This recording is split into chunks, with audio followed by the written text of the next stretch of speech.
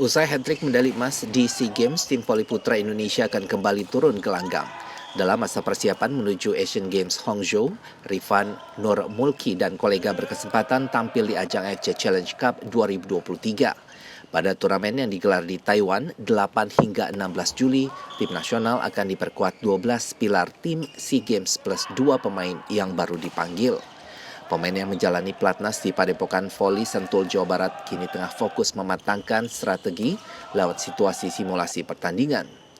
Mengenai target, PBVSI tidak terlalu membebani tim, menunjukkan kualitas sebagai Raja Asia Tenggara dan perbaiki peringkat internasional menjadi misi tim selain sebagai evaluasi persiapan Asian Games Hangzhou. Jadi artinya bisa dikatakan juara SEA Games itu tidak berpengaruh apa-apa terhadap pencapaian di ranking peringkat Asia maupun peringkat dunia. Apakah ada dampaknya? Ada. Kalau kita rankingnya semakin baik, akan semakin besar kemungkinan kita selain dipanggil, selain ikut seleksi AVC Challenge, kemungkinan kita bisa ikut kejuaraan-kejuaraan yang peringkatnya, karena peringkat Indonesia baik, bisa saja kita diundang seperti itu. Pada FC Challenge Cup 2023, Indonesia tergabung di grup F bersama Bahrain dan Sri Lanka. Menyapu bersih kemenangan akan membuat Indonesia otomatis lolos ke fase berikutnya. Rinintaniken, Angga Nuriski, Kompas TV Sentul, Jawa Barat.